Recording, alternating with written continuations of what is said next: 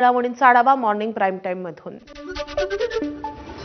आखाती देशात सुरू असलेल्या युद्धाचे पडसाद आता भारताच्या बाजारपेठेवर उमटू लागलेत। हे युद्धाचा फटका केवळ इंधनालाच नाही तर आता चक्क पिण्याच्या पाण्यालाही बसलाय।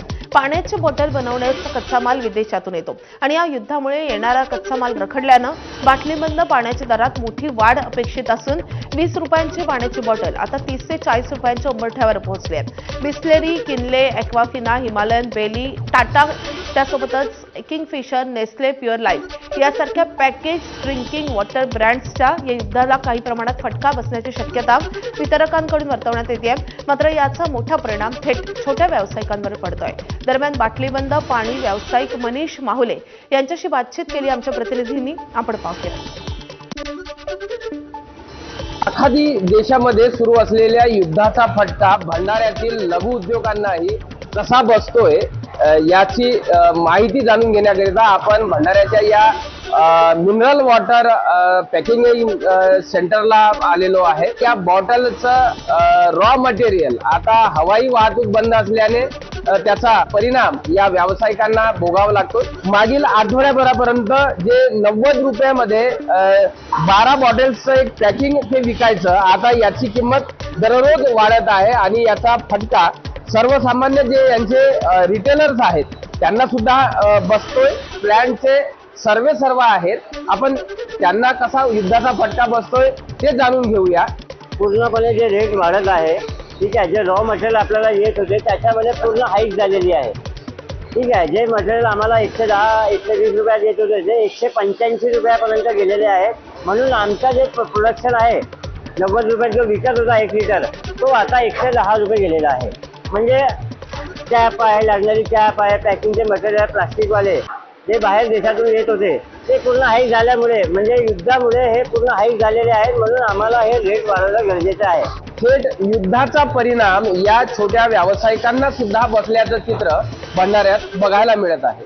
प्रशांत देसाई, एबीपी माझा, भंडारा।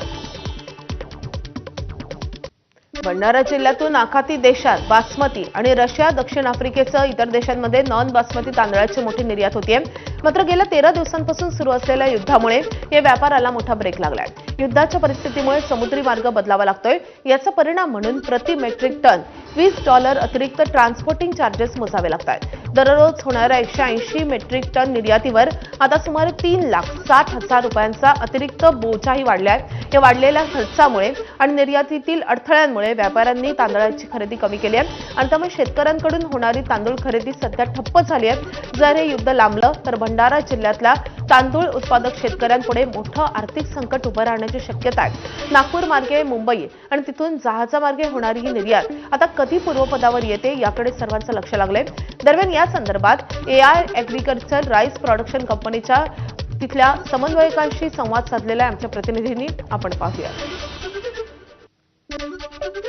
आखाती देशात सुरू असलेल्या युद्धाचा भंडाऱ्याच्या भात उत्पादक शेतकऱ्यांसह जी इंडस्ट्रीज आहेत, भंडाऱ्याची राईस इंडस्ट्रीज, याच्यावरही मोठा असर पडलेला आहे। सध्या आपल्यासोबत इंडस्ट्रीजचे चेअरपर्सन आहेत, आपण त्यांच्याकडनं जाणून घेऊया या युद्धाचा कसा फरक पडतोय त्यांच्यावर। भंडाराचा माल हे दक्षिण आफ्रिका आणि रशिया याकडे नॉन बासमतीचं प्रोडक्शन होते आणि त्याची आमची राईस मिल आहे। राईस इंडस्ट्रीचं नाव ARS ॲग्री इंडस्ट्रीज LLP आहे आणि दररोजचं प्रोडक्शन आमचा 180 टन मेट्रिक टन होता। पण आता सध्या डिमांड नसल्यामुळे आणि कंटेनरचे भाडे वाढल्यामुळे पूछपरख कमी आहे आणि धान्याची विक्री होत नाही, म्हणून प्रोडक्शन अर्ध्यावर गेलेलं आहे। याचा इफेक्ट डायरेक्ट शेतकरीला पडत आहे आणि धानाचे भाव कमी झालेले आहे आणि तांदळाचे भाव सुद्धा कमी झालेले। माझ्या मिलातून दररोज 8 कंटेनरची पोझिशन होती। आम्हाला माहीत झालं आहे की एक्सपोर्टमध्ये कंटेनर प्राईस जे भाडे आहे त्यामध्ये $20 प्रति मेट्रिक टन वाढ झालेली आहे आणि रूट चेंज झालेला आहे। यामुळे महागा झालेले आहे भाडे, त्यामुळे आमच्या प्रोडक्शनवर इफेक्ट पडलेला आहे आणि आमची धान खरेदीवरही इफेक्ट पडलेला आहे। निश्चितच ते या युद्धाचा धान खरेदीवर आणि धान उत्पादक शेतकऱ्यांवरही थेट परिणाम पडल्याचं चित्र भंडाऱ्यामध्ये आहे। प्रशांत देसाई, एबीपी माझा, भंडारा।